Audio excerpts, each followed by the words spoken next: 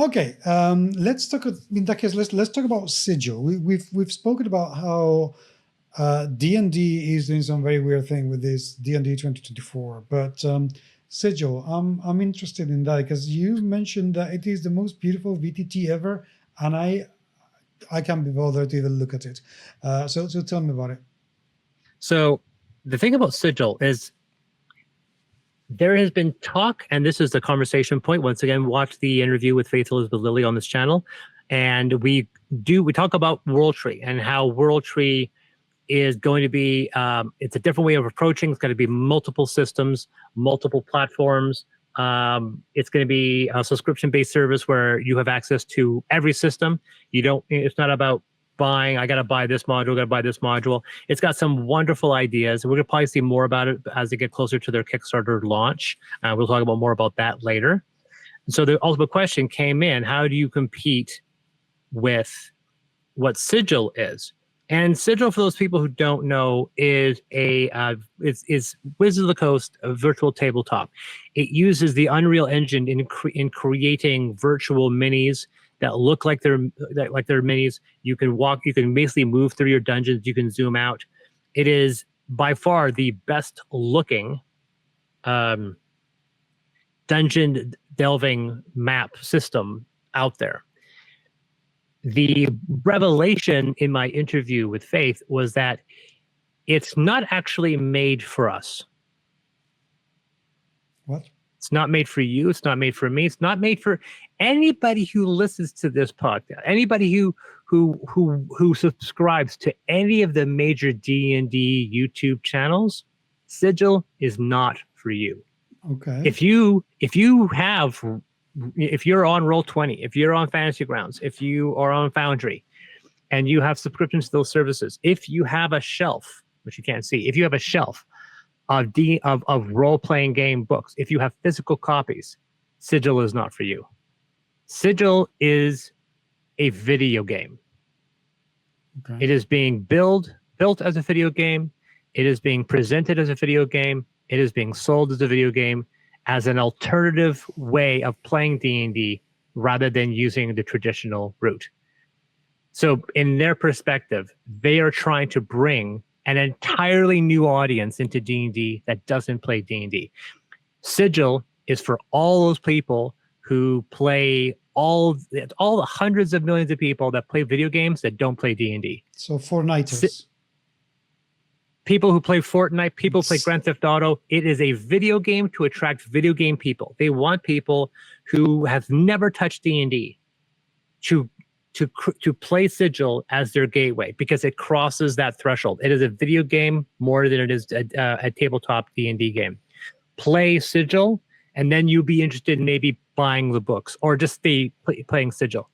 Sigil is not meant to compete. You okay? Sigil is not meant to compete with Roll20 or Foundry or World Tree. It is a completely separate entity that's designed to go after the video game market. And the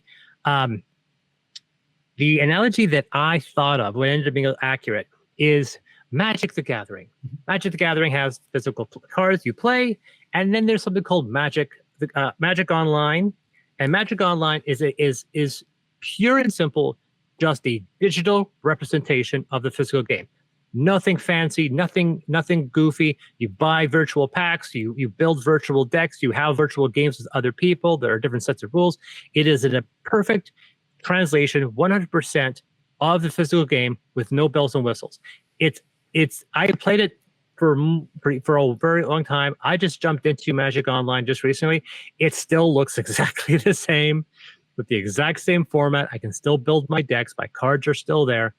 And it's still there generating revenue for Hasbro.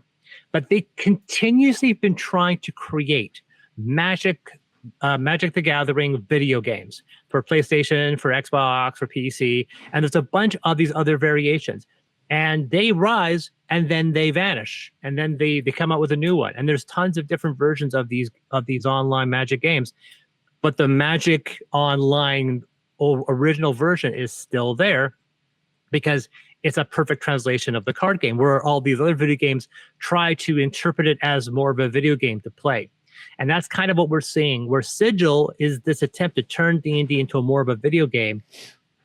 And there'll still be these virtual tabletops working that everyone's going to play that have played the game that just can't get into a physical room.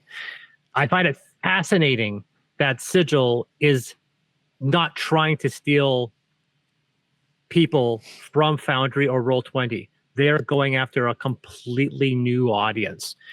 And as a result, it's not really a threat to these industries because it's not even in the same genre. I think it makes sense for several reasons. Firstly, because I think it's this Hasbro CEO who came from the video game world, or was it the woman who was sacked from Wizards of the Coast last year, who also came from a video games background? So it doesn't surprise me that they decided to go in that direction. Secondly, it doesn't surprise me because of the pandemic, we have seen an awful lot of people go online and actually enjoy it. Yeah. And an awful lot of gaming still happens online. Now, if this becomes a cross-platform that you can use anywhere you go, so for example, if this were to become something that you could play in my Nintendo Switch, that would make it powerful.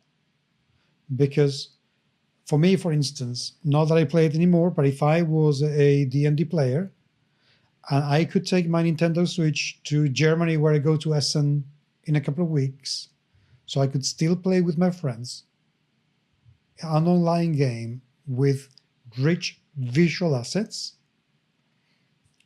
I would dive into that in milliseconds. So from that point of view, I'm not surprised that they're doing it. What surprises me, and this is what makes me a bit, what are they hiding? It sounds too ethical for them. It sounds too good to be true that they're going to do something to take on a different kind of fandom without interfering with the existing fandom or publishers. So I'm a bit, what are we missing here? What have we been told? I think it's more insidious, actually, than you lead on. I think it's not about ethics. I think it's about the fact that Hasbro wants perpetual growth, and they know it's going to be tricky to sell everybody who's on Roll20. Everyone's on Foundry, Fantasy Grounds, D20 Pro, for those 4 people who play it. All the people that are on those systems, all the people who play physical games, saying, hey, abandon everything, play this new fancy thing. And all the people who are 40 years or older are like, no, I'm not going to touch it. They're not, they in order to get growth, in order to make money off of D&D and have that increased revenue, they need more people playing it. And so the solution is go after the audience that they don't have. And the audience they don't have is the video game market. All the 12 to 30-year-olds that have never played D&D, who are aware of D&D but are not interested in it, they want a gateway access to it. That's it. It's not, they don't think there's enough money in us, and they want the kids. Okay, 2 questions I have. One, is this Sigil going to be connected in some way, shape, or form to D&D Beyond? Yeah, to my knowledge, yes, they are connected. Okay, so that's the one way that's going to make money. And second, is this going to be a one-off purchase, subscription? What's the pricing going to be like? Okay, I can, without knowing this for a fact, I'm saying with absolute 100% certainty, it is going to be developed and run exactly like a modern video game, which means there will be subscription packs, there'll be season passes, there will be microtransactions. It will be monetized to death. It'll probably be free to play, and they will make the dungeon maps. You have to pay to get the dungeon maps. You'll have to pay to get the adventures. You have to pay to get skins, pay to get color packs, pay to get certain bells and whistles. Like, they will monetize the visual look of your character. You will not be able to go into a booth and pick and make your character exactly how you want. You have a substandard mini, and if you want him to look exactly how you want your character to look, you better pony up the money, because that's the only way you're going to have it. Because there are so many video games that make all their money off of cosmetics. They are going to cosmetic up Sigil. Sigil is going to be a game that is going to be entirely based around seasonal passes and microtransactions. It'll work exactly like Grand Theft Auto Online, all the other games out there. It's not going to run like Fantasy Grounds or Foundry. It's going to run like a video game. And one last question that just popped into my mind, which follows on the trend that I was setting about what are they not telling us yet, is how long after they release Sigil, after they incorporate an AI that can run the game for you. So you buy the adventure and you don't have to prepare the adventure. The system will run the adventure for you. How long until that happens? Probably a year. My guess is because they have talked about that exact thing way back about a year and a half ago. They talked about that exact thing. So I imagine they are dumping a lot of money to remove the Dungeon Master from that equation, because the moment they feel that they have developed an audience, they'll drop that bombshell and say, now you don't need the GM anymore, because at that point, Sigil will just be a video game version of D&D. And this is, by the way, one of the biggest reasons why Baldur's Gate 3 was not allowed to have a custom modded system. Now, the funny thing was, recently, this is a week ago, somebody figured out that that modding ability is built within the infrastructure of Baldur's Gate 3, and they put out a patch that allows you to do it, which means with very little effort, you can run Baldur's Gate 3 as a virtual tabletop that uses 5e D&D rules. Now that would be a beautiful VTT. Yeah, but the funny thing is that it's funny how someone just figured it out around now. Casually. And of course, Baldur's Gate 3, the developers are like, hey, we're not responsible. We didn't do this. Somebody else did it. It's like, yes, but you put the infrastructure and how to do it in the game, and all you needed was a patch. Larian, you are fucking gods. Yes.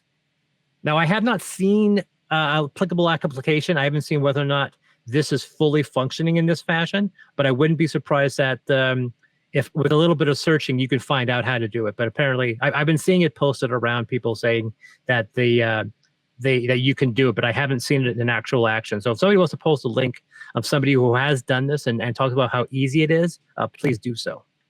Okay, let's finish this this part because I have one because we've been playing, we've been talking for about an hour now. So we're going to go into this one very, very quickly. So humans, don't go away.